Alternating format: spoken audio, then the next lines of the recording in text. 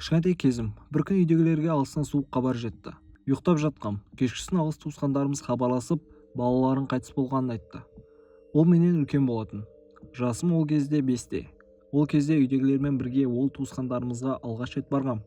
Айтулары бойынша ағам ойнап жүріп асылып қайтыс болған. Барып жаназа біткен соң үйге қайттық. Содан кейін онда бармадым. Тек 10-11 жасымда ғана бардым. Жаңағы үйдің аурасы өте ауыр еді. Өзімді біртүрлі сезінетінмін. Үйдегі тәтелер шай ішіп отырғанда мен бөлек бөлмеде, яғни залда теледидардан мультик қарап отырушы едім. Осылай отырып әрдайым қалқып кеткенімде біреу аяғымнан тартып оятатын. Түсінбейтінмін. Солай бір күнде 3 рет қайталанды. Болды, содан кейін сонда отыруға мүлде аяғым бармай қалды. Тәтелердің әңгімесі біткенше қастарында отырып сосын ғана үйге қайтатынбыз. Сосын әрдайым түнде қонғанда бастырылатынмын. Бірақ ол кезде кішкентаймын ғой, бастырылатынымды да білмеймін. Қазір ғой оны білемін. Ал кішкентай кезімде қызық көріп қайта-қайта қона беретінмін.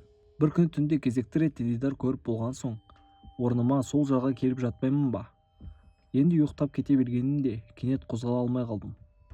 Мүлде дауысым шықпайды. Көзімді тас жұмып алғанмын. Біреу бір кезде маған жай ғана келе жатқанын байқадым. Сезіндім. Жата бердім. Қасыма келіп тоқтады да үстіме отырды. Бір кезде мойныма шап берді. Қозғалмай жата бердім. Қылқындырды. Ішімнен әйтеуір үйдегілерден естіген бісмиллахты айта бастадым. Бір кезде жіберді. Айнала тыншып қалды. Жүрегім тез-тез соғып жатыр. Терлеп кеткем. Біраз қозғала алмай жаттым. Болды-ау деп қозғала бастағанымда көзімді аша берген едім.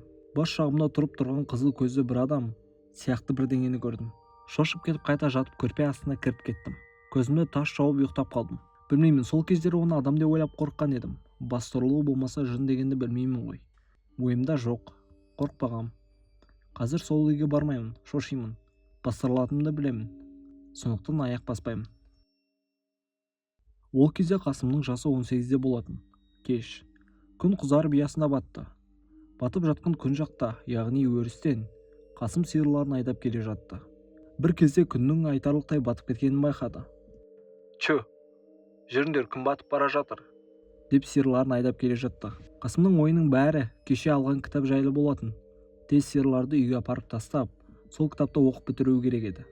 Ауыл ішіне кірерге бірнеше төбе қалғанда Қасым артына қарап еді, бір адам бейнесін көрді. Қап-қара, қарап тұрсаң, жүргенге де тез, жүгіргенге де тез қозғалып келе жатыр. Ол қараған беттегі жаңағы қара бейне екі төбе шығасып үлгерді. Қасым шошып кетті. Ата-әжесі күн батқан соң жазықта кездесетін аруақ, жын жыпырлар жайлы айтып еді. Жас жігіт қорыққанға қос көрінеді дегенді еске алып, мән бермеуге тырысты. Алдыға қарап жүре берді. Ауылдағы бір кісі деп ойлады. Біраз жүріп артына қараған кезде жаңағы қара бейне жақындап қалғанын көрді. Қарап тұрғанда қара бейне бірден жоғалып кетті. Қасым шошып кетті де сиырларын тез айдап ауылға кіре кетті. Үйге барып сиырларын қораға кіргізген Қасым үйге қарай беттеп бара жатқан кезде артынан біреу жүріп келе жатқан сияқты болды. Артына қарап қалып еді, ештеңе жоқ. Қасым үйіне кіріп тамақтанды да кішкене кітап оқып ұйықтау үшін бөлмесіне кіріп кетті.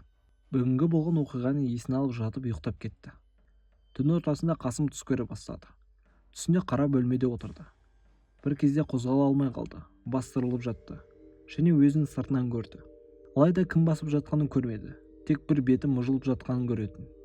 Ол көзін ашқанда Қасымның бөлмесіне бағана көрген қара бейне кіріп келіп, мойнына жабыса кетті. Біраз қылқындырған соң қолын көкірегіне тығып жіберді. Айналада кішкентай балалардың күлген дауысы шықты. Соңынан залға бір қыз кіріп келді де айқайлап күле бастады. Бір кезде барлығы тыныш болып қалды. Қасым қатты шошып көрпесіне кіріп кетті де көзін жұмып алып ұйықтап қалды.